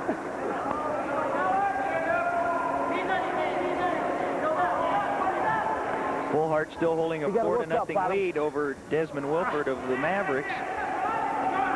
So with the first period winding down here at this match, Fullhart actually has a brother, RJ, on this team, Bob Fullhart. There's two out of Dakota, Iowa. Wrestled for a good high school program there. You tend to see that quite a bit in college wrestling, and probably all sports, but wrestling in particular, you notice it quite a bit, is the families are, yep, a lot of brothers. A wrestling family, they all wrestle, and they usually try to go to the same college. Like I said earlier, Boyce Voorhees, his brother ended up at Wyoming University before he came down here. Here we go. In the next match for UNO, we'll see Scott Antoniak for the Mavericks. He's also got a brother Paul on the team here. Red's choice, he wants neutral. So they're going to go neutral here to start the second period. It was Wilford's choice. Well, he didn't have much success escaping from Fullhart throughout the first period, so he probably figures he better wrestle him on his feet. Fullhart was able to build up 2 minutes and 20 seconds of riding time in that first 3 minutes, so Wilford figures he better try something, a different attack. A nice duck under into a double leg attack by Fullhart. He extends his lead to 6-0 right now. Out and up, men. This again was probably a match that South Dakota State figured to win. There's always the matches on paper you figure to win, and this definitely was one of them for them. Well, certainly Fullhart being a ranked wrestler, a senior with the experience here, and he's showing it so far in this match. In control, leading 6-0. Got to work up. Technically doing just a fantastic job against Wilford here at this weight class, 167 pounds. A couple of key matches. This one, I think, next one also at 177 with Risdall and Antonio. At least we think it's Risdall. Yeah, we don't know yet. We're getting into those matches where we're not going to know who's actually out there unless someone tells us. There's Mike Denny, and his RJ mentioned his 19th year at the helm of the UNO Mavericks. Been here for 19 years. He's not even the dean of the NCC College Wrestling. Coach Bucky Mon from South Dakota State's been up there for like 118 years or something like that. He's been there a long time. Circle, Red. Working towards the edge of the mat here. Circle, circle, circle. No, you're locked out. On the duck under Fullhart, they go out of bounds. They'll go back to the neutral position. Fullhart cut him loose, feeling he could get him. He hasn't had too much trouble taking Wilford down so far. I'll tell you the one thing I do like about Desmond Wilford, this guy's got all the tools. He's just got to learn to use them. He's got the size and the speed. He's got a real nice high crotch takedown, but he's just got to learn to pull the trigger, and I think that'll come with a little bit more experience. Wilford at 13 and 16, working against the senior, Howard Fullhart, who is a senior. Fullhart, as I mentioned, had just a big year his sophomore year. No. And last year at 16 and 13. Let's go, man. Let's go. I guess you'd have to say a little bit more of a down year. Finished fourth in the conference tournament. Right here. Yeah, this is his final year, and I'm sure he'd like to do well at the national tournament and hopefully bring home an All-American plaque. Last 4 seconds, he's trying to get another quick takedown, but time runs out with no score, so Fullhart will take a 6-1 lead into the third period, but he has 2 minutes and 55 seconds of riding time. Oh, you deferred? That's right. So I imagine that the riding time point will probably be in favor of Fullhart. So Fullhart will be down. Unless Desmond Wilford's able to ride him for the entire period here. And you got to think at this point, and he's not able to ride him. No, they're going to go for the neutral position. This is probably a match where South Dakota State would like to get those bonus points we talked about earlier and try to erase one of those major decisions that the Mavericks got earlier at 134, 142. A nice high crotch shot by Fullhart, ends up finishing for another 2-point takedown. He now leads 9-1. With the riding time, he leads 10-1. So he's got the major decision right now if the score doesn't change too much. Well, you said Wilford had the tools, so we'll see if he is able to get out of this, and he's going to have to use his tools probably from the neutral position if he can get an escape here and try to set something up against Fullhart. Trailing now big in the match, 9-2 plus riding time. The advantage in favor of Fullhart here. I'm sure the Mavericks would be happy if he was just able to get one takedown. There's a nice low single attempt right off the whistle. Fullhart able to counter. Certainly, yeah, you're looking at a major decision. And now he turns it into an offensive shot for himself. He's really showing his experience here. Fullhart, the senior, showing that he's an experienced wrestler. Been very patient in this match, kind of letting it come at him. No. Sensing dangerous on her knee. We've got a Are you all right? Start the clock. potentially dangerous situation on the knee Start the clock of on Desmond Wilford. He's taking injury time here. No, it wasn't, Coach. He was still in the middle of the move. Injury timeout. He went against the knee. Coach Riles is coming out to argue a point here with the referee. Thank you. If you're looking ahead to the 177-pound match for UNO, it'll be Scott Antoniak. He's a freshman. There's two, speaking of brothers, there's two Antoniaks on this squad.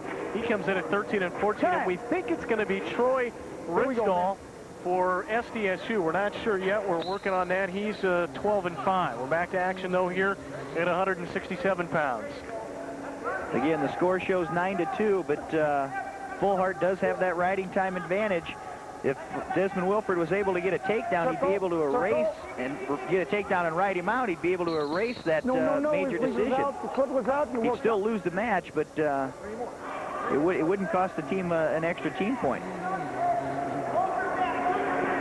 28 seconds left to go. So Wilford will have to create something here. A takedown here would really just be a moral victory for the Mavericks. Now he's got to be conscientious of the clock. It's 17 seconds. And working at the edge of the mat here. And at this point, it's going to be a major decision unless he can do something. Final 5 seconds. We're going to go back to the middle for the last 6 seconds, excuse me. As mentioned, RJ, he needs it'd be a moral victory to get a takedown, but it doesn't appear that's going to be the case. 2 seconds, and the win's going to go to Fullhart. 9-2 plus the riding time, so it's a major decision in the favor of Fullhart here. So that makes things a little bit closer now, with UNO leading 14-10 in the team score. Again, that erased one of the major decisions that the Mavericks scored at 134 and 142. SDSU leading at 14-10, and it's going to be Antoniak for UNO. And this is Troy Risdall for South Dakota State. There you see Fullhart on the replay. Risdall actually weighed in at 167 pounds, and Coach Lyle said they were even considering wrestling him at 190 pounds. So they weren't sure where they were going to put him. This is their utility man tonight. So what that means is I'm sure we're going to see the #1 ranked 177-pounder Pat Tim wrestling against Jose Medina up at 190 pounds. But this is Troy Risdall. He's a senior out of Sioux City, Iowa. 11 and 5 this year. Got a lot of experience for South Dakota State, and he's up against Scott Antoniak, who's just a freshman, but he's a redshirt freshman, so he does have another year under his belt. Antoniak's record is 13 and 14. Probably like to get to that 500 mark tonight with a victory. The one thing about Scott Antoniak that I've seen this year is he is really tough to score on, and he's won some matches. I saw him upset the #3 ranked wrestler here a few weeks ago. So he's got the capabilities and the talent to win some big matches, and I'm sure they're expecting another win out of him here tonight. Well, if you're UNO, this is one of those matches now late that you almost have to have to win this thing. And certainly a match that they probably can't. Risdall did wrestle last night, was a 7-2 winner in their duel against Marshall, or actually Southwest State in Marshall, Minnesota. Antoniak comes from a great high school program here, Omaha Gross, which put up some great teams. Antoniak 13 and 14 coming in here, 3 and 7 in the duels. These Scott's been battling to just keep this starting spot with Jason Brills, who actually held the spot during the first part of the season at 177 pounds, then was injured. Scott Antoniak has stepped into the lineup and done a really nice job for the Mavericks. And I don't think he's going to be too willing to give up his spot now that he's finally got in there. No way. So mentioned Antoniak has a brother on this squad, Paul, who's a sophomore, 190-pounder. So again, the brother combinations out of actually, the brother, I think, went to Bryan High. Yep, he did. Right across the street from Omaha Gross. Scott was a 3-time place winner in high school, 101 career victories, In the middle, guys. 2-time runner-up, probably would have been a state champ had he not dislocated his elbow in the state finals his senior year. I think he was leading the match at the time when it happened. So one of these guys that probably felt he didn't accomplish everything he wanted to do in high school and moved on to the college ranks and hopes to win the big one day. That had to have been a very sour way to end your senior year, and I'm sure it's something he probably thinks about quite often. And obviously it was out of his reach, that there was nothing he could do from an injury standpoint. No action here as far as points in the first period between Risdall and Antoniak at the 177-pound match. We're late in the duel now with South Dakota State leading.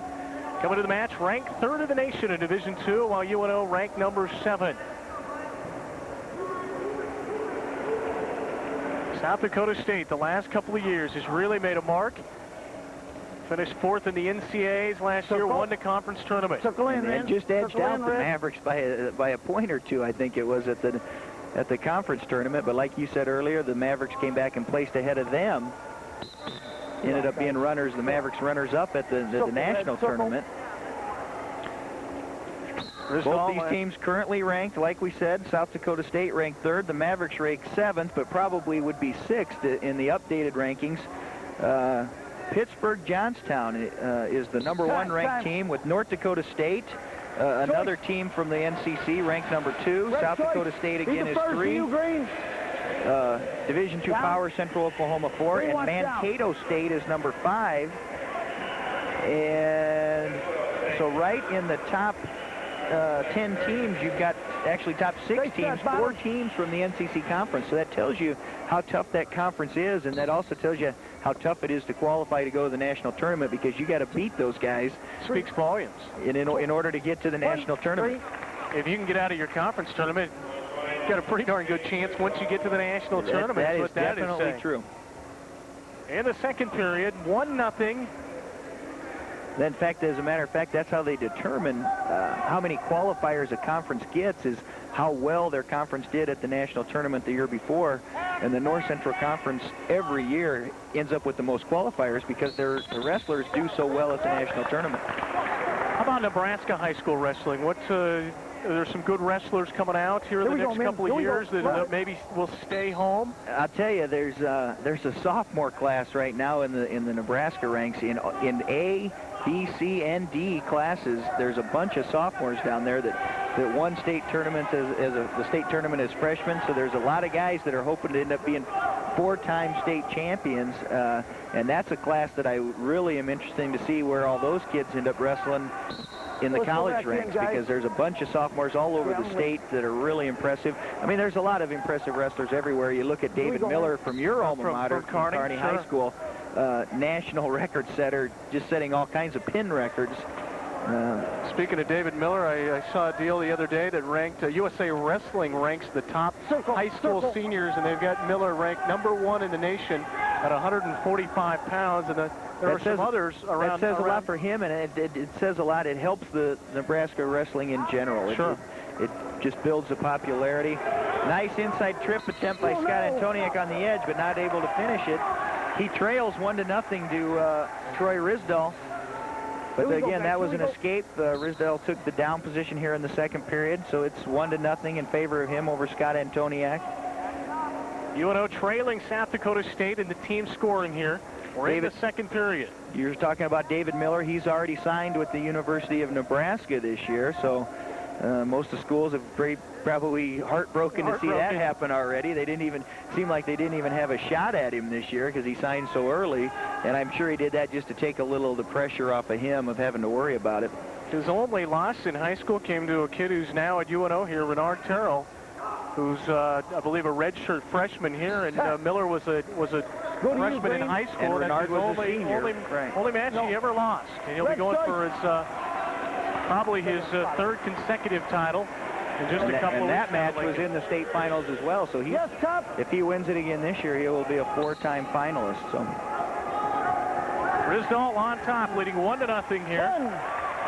We're in the third period, just underway in the third period, but now tied. Antoniak was released, got the escape, working on the edge of the mat. This is a big match if you're UNO.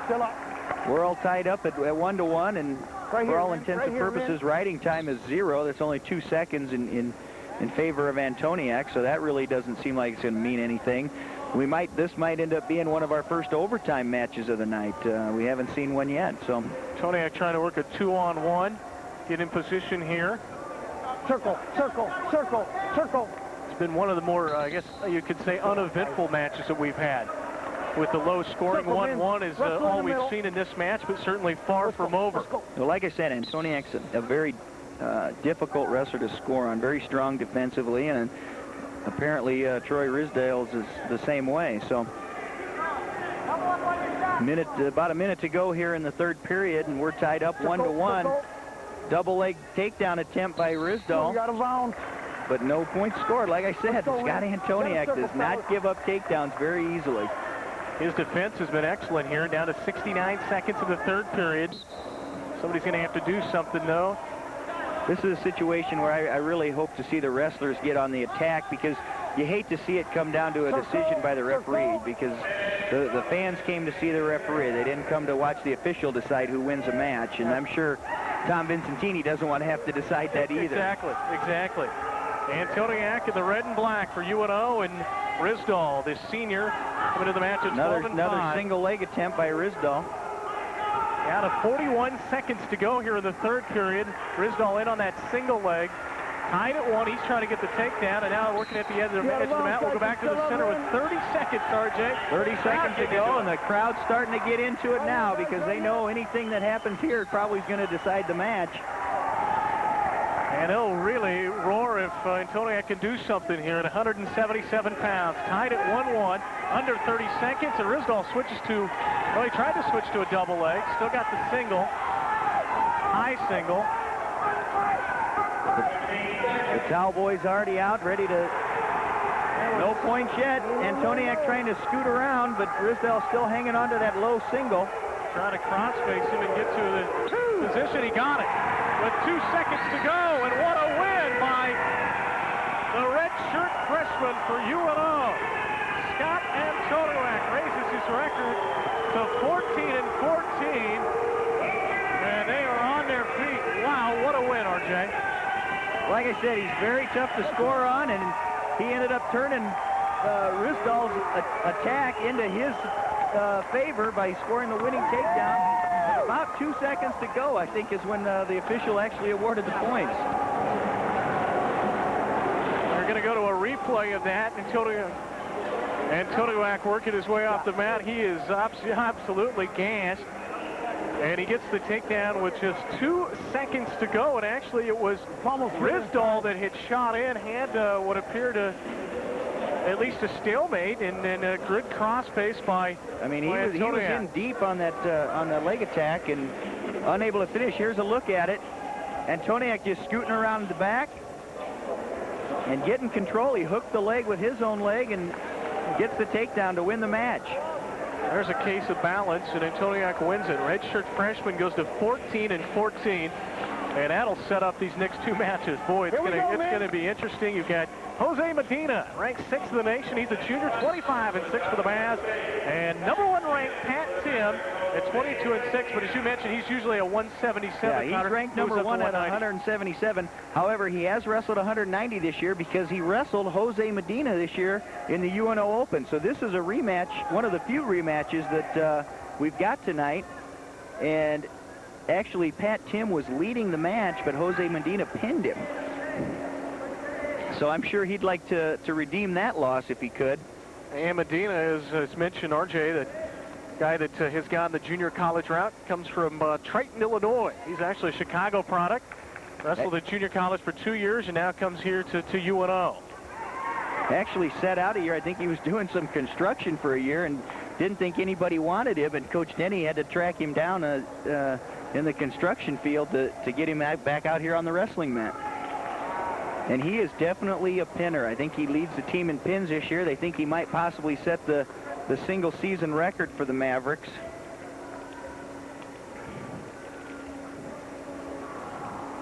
No score yet here in the first, just past the first minute. Just in the first period, as RJ mentioned, 25-6 is Medina, a junior. 25-6, and he's got 14 by fall. So over half of his victories this year have come by fall. So he's an exciting one to watch. And like I said, he can come. The one nice thing about the fall is you can be losing the match and still come back and win with a fall, no matter what the score is. UNO leading in the team score. You see 17-10. Again, those major decisions they had early really helped. Here we go. South Dakota State did get one back at 167. So if South Dakota State has any hopes of winning the duel, they have to have at least one, well, a major decision, and a decision would just tie it. So they've got to have more than one major decision to win this duel. So UNO really in the driver's seat at this point with 2 weight classes to go. And everybody waiting for the heavyweight match against Jerry Corder and Ryan Risdall. That's coming up in a moment, but first this match here at 190 pounds. Medina in red and black for the Mavs, Tim in the blue, and it's Tim who will take the early lead. Goes right to the back. On his back. No. No near fall points. Good job of Medina to roll out of that thing. Could have been an awful situation for him to start here. Tim, a year ago, was, well, actually, in 96, he was second in the NCC. 95, he placed 4th in the conference. He is a 5th-year senior, so a lot of experience put into this match. Tim, a 3-time place winner in the South Dakota State High School Tournament, was a state champion, still holds school records at Huron, South Dakota for pins and takedowns. So both of these wrestlers are pins. We might see something happen here. We haven't had one yet tonight, but I wouldn't be surprised to see one in these last 2 matches. Choice. He defers. It is the choice by Tim, and it'll be... He deferred to Medina. So Medina's going to have to work to the bottom. Trails at 2-1 into the second period. UNO leading in the team scoring here with only 1 match to go. Good job by Medina to roll out of it. Little roll and end up with just an escape. Ties it up 2-2.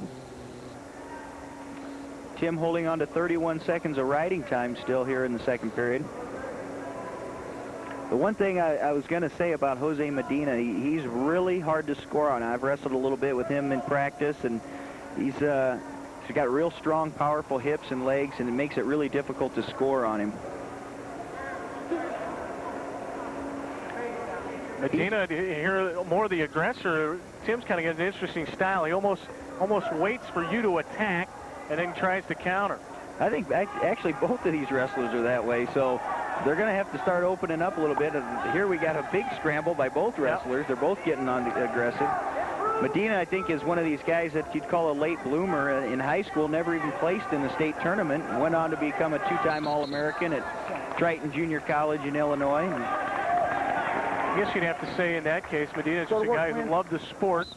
Didn't get down after his high school days because he didn't place, and went ahead and just turned it up a notch at the call. A late bloomer. 190 pounds. UNO, as RJ mentioned, kind of in the driver's seat now. We haven't had a chance too much to talk tonight about the assistant coaches on both of these staffs. I'm sure Pat Tim is gaining a lot of valuable experience working out with one of their assistants by the name of Chad Lamer. He was a 3-time Division II national champ for South Dakota State up in this weight bracket at 177, 190. So you wouldn't have anybody better in the room to work out with. There's a pure case of power by Medina. Countering, try and suck him back in. That's right. Tim shot the shot, and Medina just basically crunched him. And scored again on the edge. We've been talking about it all night. That gives him a 4-2 lead. That was a big, big takedown. Can you sense the confidence building here a little bit for Medina against Tim? You mentioned he beat him earlier in the year, but was trailing when he did beat him. He pinned him. The other thing we got to remember here, too, Pat Tim, even though he's wrestling at 190, weighed in at 177. So probably given up somewhere in the neighborhood of, 10 to 13 pounds here tonight. So that right there kind of showed that. It really illustrated Medina's size and strength advantage over him on that takedown. See if Medina chooses to ride him or let him up here. He leads at 4-2. We're now into the third period. Granby roll attempt by Tim. Medina getting high here. And in trouble now. You're going to see Tim at least come out probably with an escape, and there it is, 1-point escape. Now the score is 4-3 in favor of Medina. Absolutely 0 on the advantage riding time clock, so riding time will not be a factor in this match. Medina, the junior college transfer, and you're seeing, of course, that a lot more in college wrestling, going to the junior ranks, the JCs, and talk about coming with some experience. That certainly can help your program in a hurry, especially if you're a young program, and not the case here at UNO. They've had the strong tradition, but have filled some of their top weights, their higher weights, with junior college. Oh, there was almost a big mental mistake by Tim, looking over at the clock to see how much time was left, and Medina almost took advantage of him with a takedown. Under a minute now here in the Something you wouldn't expect to see out of a senior. Medina gaining some confidence as this match progresses. Now it's Tim who tries to shoot in. Great counter, though, by Medina. We've got a problem with the clock right now. The match time has shorted out, and there's no time showing on the match time. And the coaches for UNO heading over there to check to see what they can do about the clock here. Medina leads it. You can hear the officials say he thought there was about 45 seconds to go here in this period. Looking ahead to the heavyweight, a big one coming up. Jerry Corner for UNO, 21-2 against the defending national champion. And Ryan Risdall comes in at 22-5. He's coming off a pin last night. He stuck his guy in 30 seconds last night. And now a discrepancy as to how much time was on the clock. We were talking a little bit about assistant coaches. One thing that Coach Denny's done over the years, I've almost looked at him as like a great manager. He puts a great staff together. I was looking down his staff of assistant coaches. He's got Ron Higdon, Dan Lovell, Brian Zanders, Pat Kelly, Ralph Kazee, Pat Ginsler, and Corey Royal. And he's got a bunch of coaches, but between that group, there's 12 All-American plaques and 4 national championships. Still trying to figure out what we're going to do with the clock. Now the entire scoreboard has gone out. Take a look, and as you see, RJ, next in action for the Mavs, Northern Iowa coming to town. That's on February 13th. Next weekend, 7 o'clock to start here at the Sapp Fieldhouse. And that's Northern Iowa. That's a Division I team that the Mavericks are going to. Northern Iowa used to be in the North Central Conference years ago before they moved up to Division I ranks. But the most interesting thing about that duel, Northern Iowa is now coached by Mark Manning, former national champ from here at UNO. So one of Coach Denny's proteges has gone on to coaches, and now he's going to be a competitor against him. So that's going to be a fun match. Unfortunately, I'm not going to be able to see it because we're going to have our district tournament that weekend. So that's, of course, next weekend, and then you've got the Mavs go to North Dakota on the 20th at North Dakota State. On the 21st. That'll be a tough road trip before the conference tournament. These last couple of weeks for the Mavericks is just a bear. But as you mentioned, you look at the rankings and the conference, there just isn't an easy week from week to week in this conference. You're not going to get a breather when you go to North Dakota, North Dakota State, South Dakota. There just isn't really, I guess, to use a phrase, a patsy in this conference. And that's again one reason why these teams do so well at the national tournament, because they're wrestling that tough competition week in and week out. Tim in on a single leg shot again, but Medina doing a good job of working a power half or three-quarter Nelson. And Medina showing that in the explanation point on the power, because he certainly has shown it here. As you mentioned, he outweighs Tim. Almost was able to throw him to his back, out into 17 seconds. And it appears that Medina, if he can hold on here, would come up with a huge win. And that would put the victory in favor of the Mavericks, because a win here will put them ahead by 10 points. And it doesn't matter what happens in the heavyweight rank. So the Mavericks technically have won the duel right now. And there it is. It is over. And as RJ mentioned, that would clinch it. The win by Jose Medina and another 3 points for the Mavericks. 4-3 decision by Medina over Tim. By no means is that a reason to shut off the TV, though, because this is probably going to be one of the best matches of the night. You got Ryan Risdall from South Dakota State, the returning national champ, against Jerry Corner from UNO. Risdall actually ranked number 2 right now. Jerry Corner wasn't actually in the rankings, but probably should be ranked number 3. He just got, we were talking earlier about redshirts. Coach Denning had planned to redshirt him until 2 weeks ago, pulled him out of his redshirt season, so he probably is actually the number 3 ranked heavyweight right now. And Risdall coming in here with a 30-second pin last night. Give me a towel. Over Justin Bauman of Southwest State. We got something to wipe something up on the mat he didn't even break a sweat in his match last night. This ought to be a thriller. As you mentioned, corner, a junior, 21-2. Risdall, ranked number 1, 22-5. Here, right here for me, will you? It's some kind of jelly. Both have tremendous accolades. Corner is another junior college product for UNO. Meanwhile, Risdall, the defending champion, will be trying to go after another championship this year. And he's just a junior, so he won the national championship as a sophomore. He's actually ranked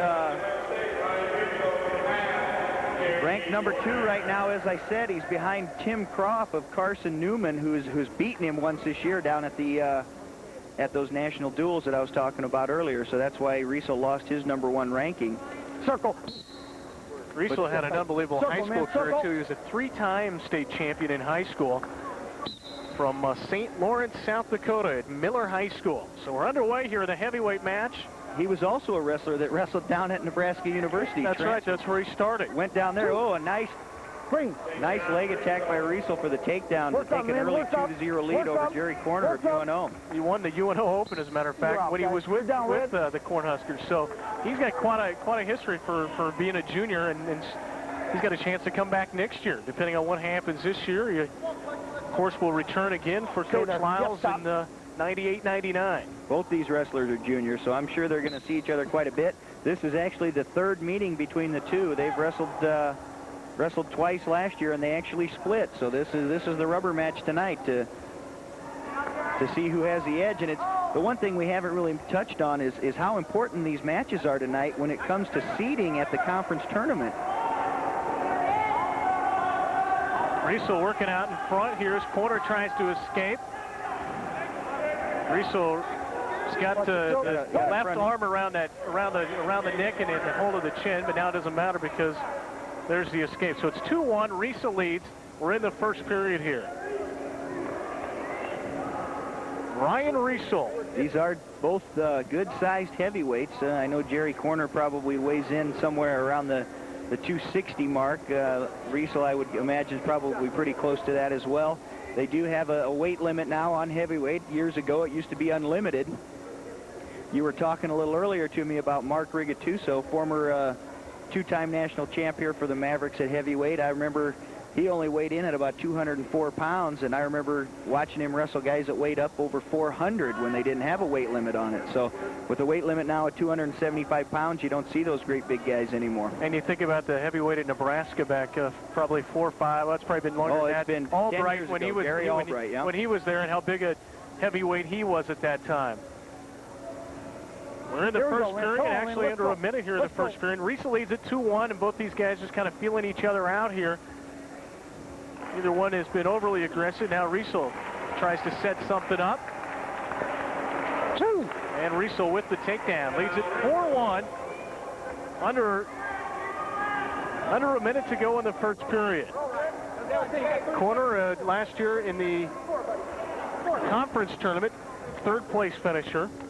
Finished 5th in the NCAA Division II tournament at the end of the year. Jerry's let's go back placed in every tournament that the Mavericks have gone to, all the opens this year, even though he was thinking about redshirting. So he's 21-2 right now. Probably not in the complete shape that he wants to be come conference or nationals, because he thought he was going to redshirt. So not saying that those red shirts get to take much time off, but they're probably not quite in as good a shape as guys that have been wrestling. Maybe mentally he wasn't thinking that way, but he will now. And these two more than likely are going to hook up again. Never know, maybe more than once before it's all said and done. I wouldn't be surprised if these guys saw each other probably 2 more times. The way the rankings are going to probably end up is these guys will wrestle each other again in the conference, and more than likely they'll be seeded number 2 and 3 at the national tournament, depending on who wins at the conference and here tonight. So they'll probably see each other again at the national tournament as well. Into the second period with Risdall. South Dakota State University leading here 4-1. over Jerry Corder, who's on the bottom here with UNO. You talked about Risdall was a 3-time state champ from South Dakota, and Jerry Corner a 2-time state champ from Wichita West High School down in Kansas before going on to Garden City, Kansas Junior College. Both returning All-Americans. Risdall actually the 2-time All-American, and like I said, national champ.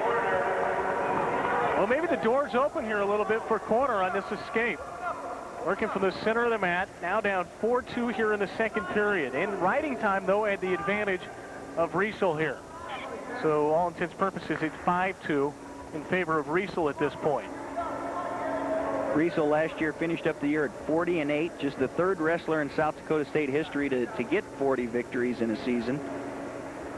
You know, you say words like technique and balance and things, and then you see a guy like Risdall, and he's got all those components. You can just see it on the mat. As well as size. Yeah, as well as size. He's got all those things. You can just see it, that he can really feel this guy out. He knows where the weight's at, knows when he's gonna make that next move. He's got a complete package out there. A nice far knee block, and possibly he's got Jerry Corner in trouble here. 44 seconds to go. The one thing about the heavyweight, and I was just going to say, they get caught on their back. They don't get off very often when you got 270 pounds on top of you. Well, and Risdall ends up with the fall. 39 seconds to go in the second period. Nice match. Fortunately, or I guess fortunately for UNO, they had the 10-point lead going into that. But it's Risdall, the defending champion, who beats Corner. They may meet again, folks, before it's all said and done. So Corner drops to 21-3, while Ryan Risdall improves to 23-5. But it's UNO. R.J. Neby, as the wrestlers shake hands here in a big win, 20-16. Will that shake up the rankings? Oh, it has to. Like I said, UNO has already beaten the number 6 ranked Kearney State last week, and now they just upset the, I guess you don't call it an upset after the fact, but they just beat number 3 South Dakota State, so I figure they're going to move into the top 5 for sure. I don't know how far they'll jump ahead of some of these other teams, but I know one thing. Coach Denny pulling Jerry Corner out of redshirt probably made a big difference in their lineup.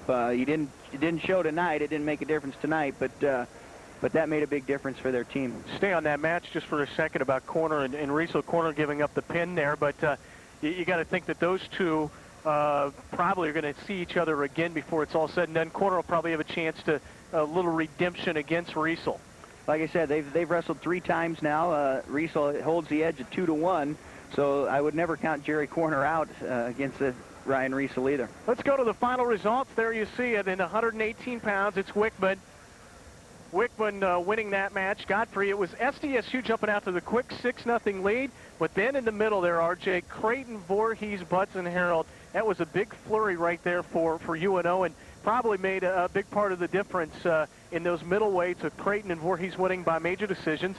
Fullhart came back at 167.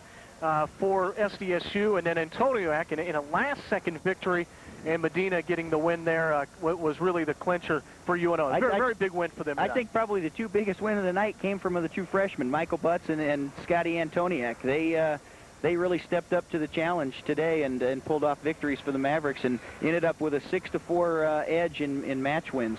So UNO wins it. They improve in their dual season now to 8-4, while South Dakota State drops to 15-3, and a very big weekend for UNO. Well, that's going to wrap it up. We hope you enjoyed our coverage tonight against UNO and South Dakota State. I enjoyed doing the duel here tonight with RJ, a 5-time All-American, a guy who really knows wrestling and an insider here in this UNO program. I know you got a busy couple of weeks ahead of you with high school wrestling. I got some high school wrestling coming up, and I'll be commentating for a couple of the University of Nebraska matches coming up as well. So there's going to be lots of wrestling on TV and all over the state in the next couple of weeks. All righty, RJ, I appreciate the help tonight on this one. UNO wins it over South Dakota State. Hope you enjoy it. Tonight's broadcast was brought to you in part by